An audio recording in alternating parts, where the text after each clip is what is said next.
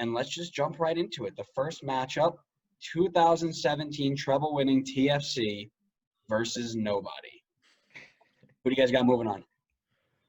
I mean, this was tough. Nobody really put up a fight, but I think Toronto just kind of sneaked past them. All right. I don't know. 2-1 TFC versus nobody. I guess I have to move on. I guess they have to. 2019 NYC, the first real matchup. 2019 NYC versus 2001 Miami. This one required a little bit of research because obviously none of us were watching when we were 4 years old for 2001 Miami. Well, I was 8 years old. Speak for yourself. You old man. This was really cool because I like doing this because I learned a lot about the older teams. But I learned about how MLS did playoffs back in 2001. Did anybody see this? Mm-hmm. Each playoff matchup had a 3-game tournament between each team, and the winner moves on based off of a point system. Yeah, they also didn't have ties and would take PKs from like 40 yards out. Our league makes no sense. Bro, when MLS comes back, bring me back 2001 MLS. I don't care about this new I don't care. Give me 2001 MLS. But no, 2001 Miami finished first in the East that year, won the Supporters' Shield by a +1 goal differential in a 12-team, 3-conference league where they played 26 games, made it to the semifinals of the MLS Cup, and lost on sudden death extra time to San Jose with Landon Donovan, I believe was that team.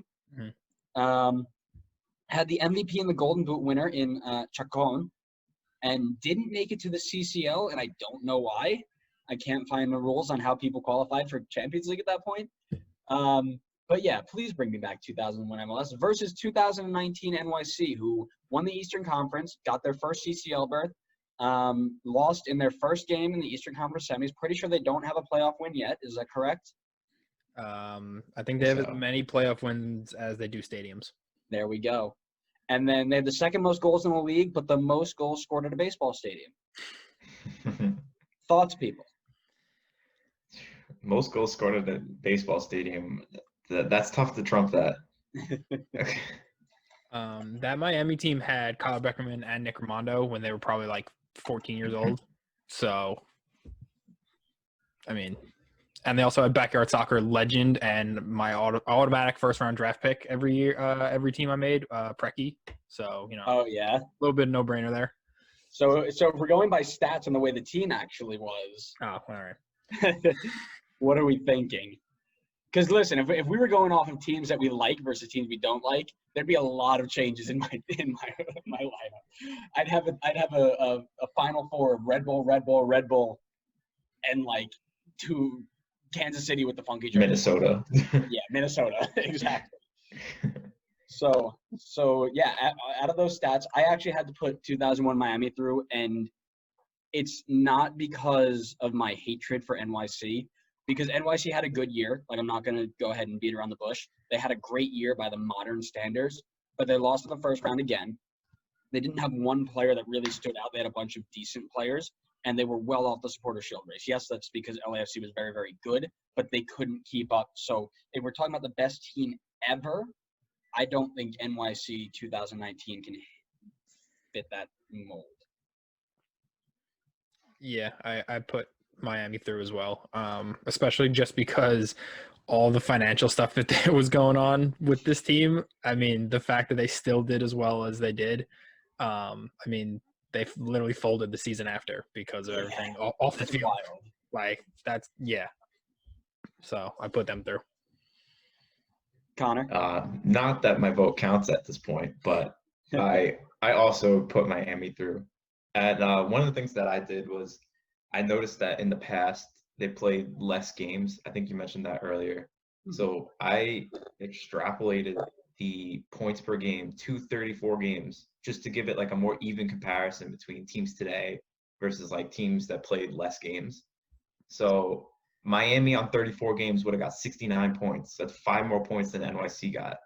And not only that, Miami won the Supporters' Shield. Even if it was by 1 goal, they won something, and NYC won nothing. So I kind of see it hard to not put Miami through compared to NYC. Yeah. Right. I was telling Andrew before we recorded, a lot of my picks have the prerequisite that you had to have at least won something. So some of the teams on this list, I don't know why they're on this list, but We'll get into that. But there we go. Yeah, I think that's important too. I think if how are you going to be one of the best teams in the league's history and win nothing? Mm-hmm. Big facts. Big facts. So we are all in agreement. Miami moves on. On to the next one. 2010 RSL versus 2012 San Jose. Again, stuff that we were watching but not too close and didn't really understand a lot. So let's break down what these teams did. 2010 RSL, first MLS team to make the modern era CCL final. Second in the Supporters' Shield race by 3 points to the Galaxy. Only 7 losses in 40 games all year and 36 goals conceded in that time. And now I want you to think, we have always talked about 2013 SKC's back line being disgusting. You now work in 36 goals conceded in 40 games, including some of the biggest teams in Mexico that were just powerhouses. That's unreal. Then you go to 2012 San Jose, Supporters' Shield champs, Western Conference semifinals. Wando sets the record for goals in a season at that point with 27, and they make the CCL berth. Thoughts? This one was hard. I'm pretty sure I had RSL moving through. Yeah, I did. Just because of that defensive record. I mean, it's kind of hard to pass that up. Just because I don't think, other than the SKC team that you just mentioned, we've had that many defenses that have been that good. Like the last few years, we've seen just, the Atlantas, the LAFCs just blow past everyone in goals. Yeah, they may concede 5 in a game, but they'll score 6. There haven't been that many teams that just set up shop and say, we're okay winning this 1-0. Yeah, no, I totally agree. You think about 2010 MLS. Think about 2010 MLS defenses. And then you're putting 36 goals conceded over 40 games, including in CONCACAF Champions League. Wild. Connor? I agree 100% with Adam that this was really tough. And I'm totally fine either way. I think both of these teams are really, really good teams. Like, as you said, defensively, RSL, and then what Wando did with San Jose. Just comparing like some of the numbers, because obviously I wasn't even close to watching MLS at this point. So that's the only thing I have to go off of. But 34 out of 34 games, San Jose had 2 more points than RSL and had a +4 goal difference over RSL. And the big difference for me was the fact that while RSL was very successful, correct me if I'm wrong, but I don't think they won anything that year. And and San Jose did end up winning Supporters' Shield. And they had the MVP on their team. So I think that was the slight edge for me for San Jose as opposed to RSL, just because they did get a trophy that year. Interesting. Okay, so I'm the tiebreak, and I'm going with RSL because of that defensive record. Because, again, if you think about 2010 MLS and you think about the pure awfulness that was MLS defense in 2010, and then you look at that record, you also look at them being second in Supporters' Shield race behind one of the better LA Galaxy teams of the decade. And then they made it to the CCL finals for the first time ever for an MLS team in modern era. They didn't win anything, but they were damn close. And realistically, like, San Jose won Supporters' Shield, but, one game here or there, RSL could have been the difference. RSL were a few games off of being one of the best teams in history, no question. So I got to go RSL there. But I agree, San Jose was a good shout there. I think that was like, if they were doing a number matchup like they do in March Madness, I think that was like a 4 versus 5. So it's tough. Way, yeah. So 2010 RSL moving through. We move now to one of the 4 quarterfinalists, 2015 RBNY versus 2016 Colorado, and this one was actually tough because it was such a bad matchup. 2015 RBNY, first year without Thierry Henry, wins the Supporters' Shield by goal differential. Beat DC United in the semis and lost in the conference finals to Columbus, as we do. Lost to the Union and PKs in the USOC quarters, which was the first U.S. Open Cup I watched, and I remember vividly. And then this was the year that we went and beat Chelsea in the preseason tournament, as Adam's scarf depicts, versus 2016 Colorado, second in the Supporters Shield, earned a CCL spot for the first time probably ever outside of when they won MLS Cup. 32 goals against 34 games, a good defensive record, and lost in the Western Conference Finals to Seattle. Connor, your thoughts? I feel like I'm going somewhat with a similar theme that I did with the last one, because, yeah, like you said, there's nothing super spectacular about either team, but the fact that 2015 RBNY did win Supporter Shield, even if it was by like a 6-goal difference, they still won a trophy. Like that's still in the record books. And I'm just going to stop you right there. Are you now actually admitting that the Supporter Shield is a trophy and it matters? It's more of a trophy. It's more of a trophy than zero trophy. Oh, that's right. What it's comparing against. So we're going to go ahead and walk back on everything you've ever said. I mean, technically, it's not even a trophy. It's just a plate, but it's a silverware and it matters. Well, continue. I didn't say it didn't matter. Oh, you This is a whole different debate for a whole different episode. Anyway, I went with 2015 RBNY. They had 2 more points. They had a plus 12 goal difference over Colorado. I think another thing for me is just I feel like Colorado had a lot of these guys after the 2016 season, and they just weren't good. So I feel like they got hot and they made a run. 58 points, getting second in the Supporter Shield feels kind of low. So it might have been some help from the rest of the teams not doing so well. But, the main thing for me is RBNY getting the Supporter Shield. That puts them through for me. Yeah, I agree. That was the year. That was the first year Tim Howard joined, I believe. But if you look at it, they've got, you're right, second in the Supporter Shield, right, with 58 points is weak. A lot of the teams in the Western Conference were very weak that year. LA Galaxy only had 12 wins and then pulled out a bunch of draws. RSL made it to the playoffs. Portland missed the playoffs. San Jose were awful. Houston were awful. Like, I'm not saying they were a bad team, but they definitely had an easier run that year.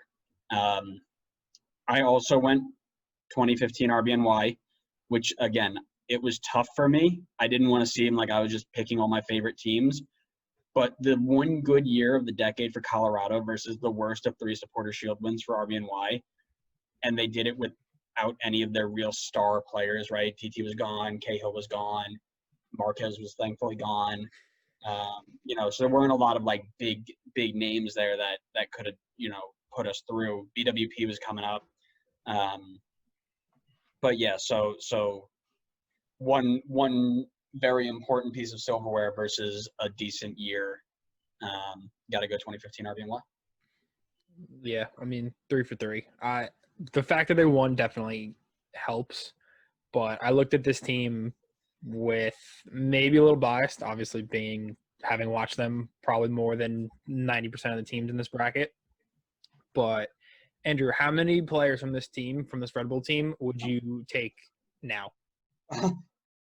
Almost all of them outside of our outside backs and maybe our center back. Like our back line, I'll keep our back line, but anybody going forward, I'll That's one of my points. So the Red Bulls have been fairly successful, fairly top of the table, and I say successful in quotes, but they've been better. Like they've been trending upwards the last few years, and the fact that most of the players in this team would walk into our starting 11 right now, I mean, that kind of put them over the edge for me.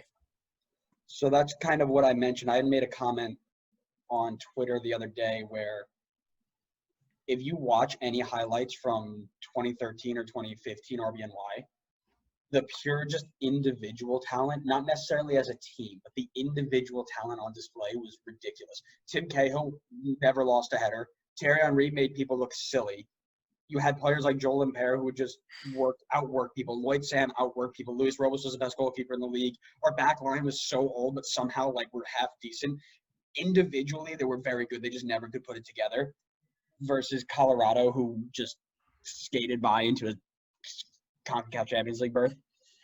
I will say about this Red Bull team before we move on, not to spoil anything and give anything away, but we may or may not have one of these players on the podcast soon. Oh, that's true. Wink, wink, nudge, nudge. Spoilers. I'm not saying who, Spoilers. but listeners, just keep your ears out. Oh, that's big stuff. Very excited for that, and we will get into that later on our Twitter and other social media, so make sure you're following. 2014 LA Galaxy versus 2019 Minnesota the Loons. Big Loons energy. 2014 LA Galaxy, MLS Cup number 5, CONCACAF Champions League quarterfinals, all without David Beckham, second in the Supporter Shield, third top goal scorer and league MVP Robbie Keane. How that happens, I don't know. Oh, yes, that's right. He's a big name. And 3 All-Stars versus 2019 Minnesota, 4th in the West, U.S. Open Cup finalist, 15, 11, and 8 record. They existed. They were a team. They made it to the U.S. Open Cup finals. They had Defender of the Year, much better goalkeeper of the year, lots of good individual players, and nothing to show for it. Yeah. I'm going 2014 LA Galaxy because, really? You can't not. Yeah, moving on. Yeah. Connor, you want to add anything to that? Is there anything else you want to – but – No, 100% it has to be LA. I'm not sure why Minnesota's on this list. As much as we all loved Minnesota's success last year, it just I don't know. But anyway, one thing I wanted to add about that 2014 LA team, they didn't get a ton of points. They got 61 points, but their goal difference tells me that when they beat people, they beat people. Like plus 32 is wild for 61 points. What was LAFC's last year, like plus 40 something? It was 48. Yeah, plus 40 something. And I think the other really big one I saw was like Atlanta 2018 was like plus 30 something too. Yeah. So Toronto you think plus of those 37. Toronto, and you think of those teams that have like these huge attacking, and then you think of LA Galaxy, and it's just like, yeah, that makes sense. Yeah. All right, so LA Galaxy move on. Not a real contest there. 2016 FC Dallas versus 2007 Houston with the best left mid in the history of MLS, Brad Davis, as their captain. We go ahead and talk about 2016 FC Dallas. They're easily their most successful season ever. Did the double in the Supporter Shield and the U.S. Open Cup. Lost to Seattle in the MLS Conference semifinals because Seattle seemed to only win MLS Cup and do well like in that playoff. Defender of the Year that year in Matt Hedges, and then won their CCL group and lost in the semifinals. Versus 2007 Houston, where they won MLS Cup, semifinals of the CONCACAF Champions League, semifinals of the Superliga. Did anybody look into this? Oh, man. Superliga was a middle of the season, like, remember back in the day when MLS had that break between July and August, like it was 3 weeks for Gold Cup? Mm-hmm. They picked 4 teams from here and 4, kind of like the what is it called now? Like the one where Mexican and MLS teams play each other, like the mid-table teams play each other. Oh, like when Atlanta played Yeah, Club when America? Atlanta played last year. And Got they it. played, so that it was kind of like that. And they did in the middle of the season, and they won. They got to the semifinals of that. I think they came in third in the consolation game. Third in the Supporter Shield, and just, again, wild stuff. 2007 MLS is something I want to see again. Adam, your thoughts? I had Houston going through, which hurt me because this FC Dallas team, like when I think of FC Dallas, this was one of the teams, like I was pretty new to MLS, but this would have been my second or third year playing fantasy, and I just remember having Dallas players every single week. Like I'm like maybe there were 2 or 3 weeks that I didn't, but like that. This is a team that when I think of FC Dallas, this is the team I kind of think of in terms of like who they had and how well they did. But it was kind of hard to pick that over the Houston team just because of how successful they were. So it seems that we have a trend here on how we pick our teams. Yeah. Does Adam take their fantasy players? Connor plays with numbers. I actually look at what they did as a team. Wild. Hey, I said Houston's success factored into there. I didn't pick Dallas. Um, You go ahead, Andrew. I am gonna go ahead and make Connor the tiebreaker because I took 2016 FC Dallas. Domestic doubles that early or domestic doubles like on Supporter Shield and U.S. Open Cup, that holds a little bit of weight for me. They don't happen a lot. Sometimes they'll happen like Supporter Shield, MLS Cup, because you're just a super team. But to be able to win the Supporter Shield and the U.S. Open Cup, which is a tournament completely separate from the league, that holds a little bit of weight for me. Houston were strong in 2007, no question. I mean, they only have the one title, and they made it far in CCL. Semifinals in the Superliga and third in the Supporters Shield. But doing that double, especially that it's not the MLS Cup Supporters Shield double, does it for me. Where in Houston's history was 2007 in terms of How old they were? Yeah, that dynasty that they had for a couple of years. I say dynasty, but yeah, you know what I mean. It was their second season of existence. Okay. All right, tiebreaker time. This one for me was just as tough as RSL San Jose, honestly. Because yes, Dallas won the Supporter Shield and the US Open Cup. And I don't want to discredit their Supporter Shield because, obviously you won it. That's fair. But they only got 60 points that year to win the Supporter Shield, which does not feel like a lot when you have, like RBNY and LAFC getting 70 plus to win it. Houston on a 34-game basis had 59 points, which is still less than Dallas. And then, as you said, they won MLS Cup. I'm sticking with the trend that I've kind of been going with in that Dallas won more in terms of trophies. So I'm going with Dallas going through. Good boy, Connor. You scared me for a second. I'm not going to lie. I thought you were going to go and make a bad choice there, but good job. Proud of you. I don't know if there's a bad choice in this matchup. Both teams are really good. They're pretty comparative. But you would have gone with a pick that I didn't go with, which would have been a bad pick. Yeah, I'm fine with either of these teams. No, I agree. I think if you went either way, I wouldn't have had any. Yeah. No, me neither. Mm-hmm. All right. 2018 RBNY, one of my favorite Red Bull teams ever, versus 1998 Chicago with current Red Bull head coach Chris Armas and former Red Bull coach. Yes, that's right. They were together. All right. What is there to say about the greatest team in MLS history? Chicago? Yeah, that's what I was thinking. I was about to say MLS Cup and US Open Cup double. No. Comeback Supporters Shield championship on the last day.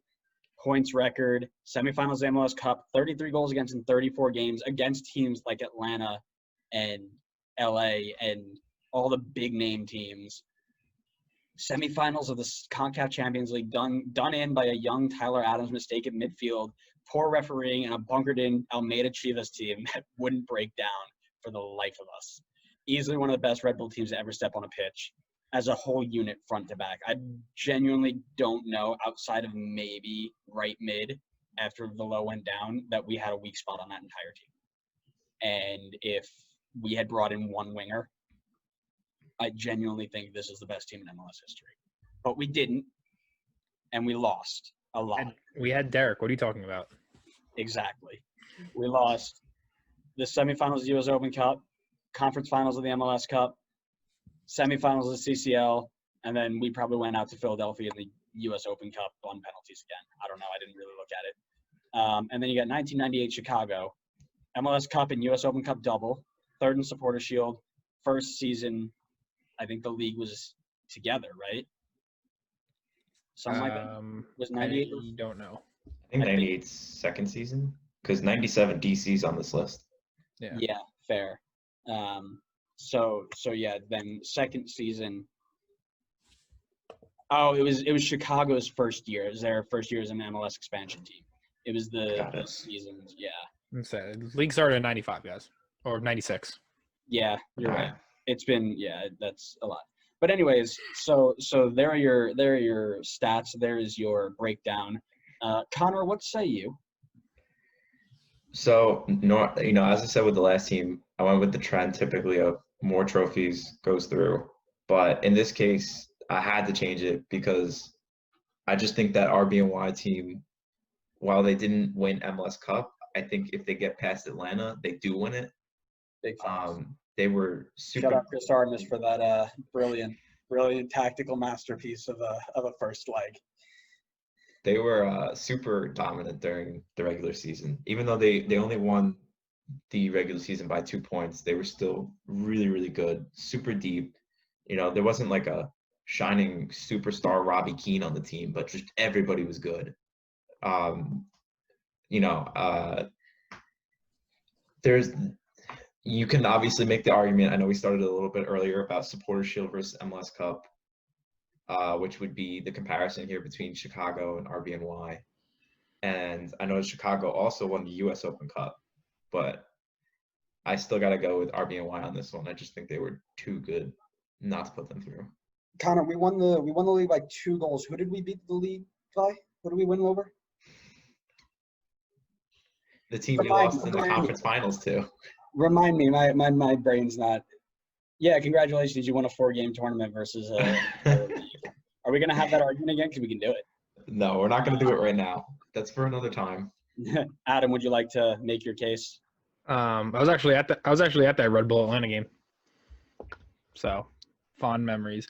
Not that it matters because it sounds like you guys are putting Red Bull through.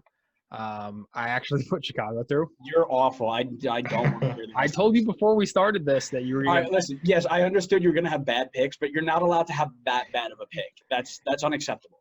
So this was the only one that I wish the matchup was different because I wish both of these teams could go through. Because the fact that Chicago came in as a brand new franchise and did a double is ridiculous. Think about how many expansion teams we've had in the last few years. Yes, that have been successful, Atlanta, LAFC, but have done the double. And usually there are teams that when they first come in are missing pieces. They have, a star forward, but their backline's terrible. The fact that you can go on and have a full team that is capable of doing the double is pretty noteworthy. Wild that I just didn't listen to anything you just said. 'Cause it didn't matter. It's fair. I want you to remember the quality of play in 1998, where you and I could have walked on the field right now and been some of the best players on the field. I mean, that's probably true. The playoffs that I looked at had teams winning 6-1 in one game. Yeah, dude, defense doesn't matter. Yep. Offense doesn't either, apparently, because they only scored one other goal. Yeah.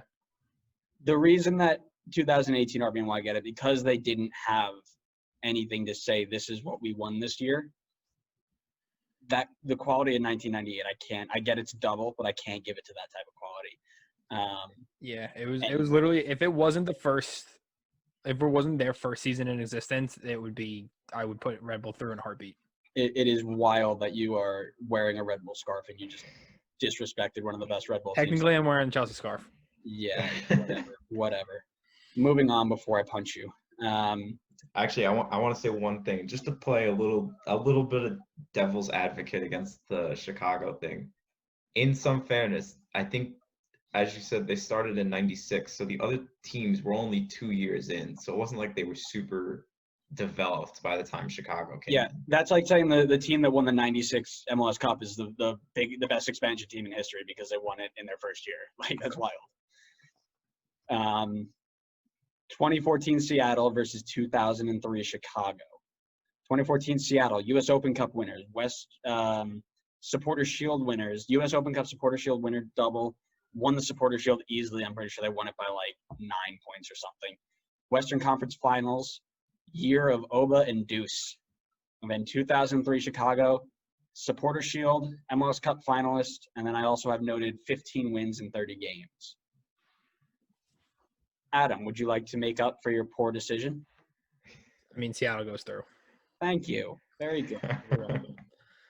I mean, I don't know why. There's literally no reason behind this, but Obafemi Martins is one of my favorite ever MLS players. Because he was one of the best players to ever step foot on an MLS. I mean, that's no, but those just weird players that, like, yes, they're very good, but you just like them for whatever reason. Like Alex Mawil. I said good players. No, like, our shared fandom of Darwin Quintero. Yes, he's very good, but there's just something about him that. Yeah. But yeah, so it's because Obafemi and Quintero, they just did silly stuff. Like Quintero would chip keepers from 30 yards when they're on their line. Obafemi would do like random Cruyff turns on the ball in the air through 4 defenders and chip keep, like just silly stuff like that. Like nobody would ever be able to do. They would pull off, and that's why you love them. Yes. And he would backflip after goals. Yes, backflip. Oh yeah. Very good. Very good. Connor, any disagreements to 2014 Seattle? Yeah, no, I went with Seattle also. I mean, it's pretty identical to 2003 Chicago because they both won the same trophies. But Seattle had 4 more points and 5 better goal difference, so I went with Seattle. Also, I know you mentioned Deuce and Obafemi, but they did have Defender of the Year Chad Marshall as well.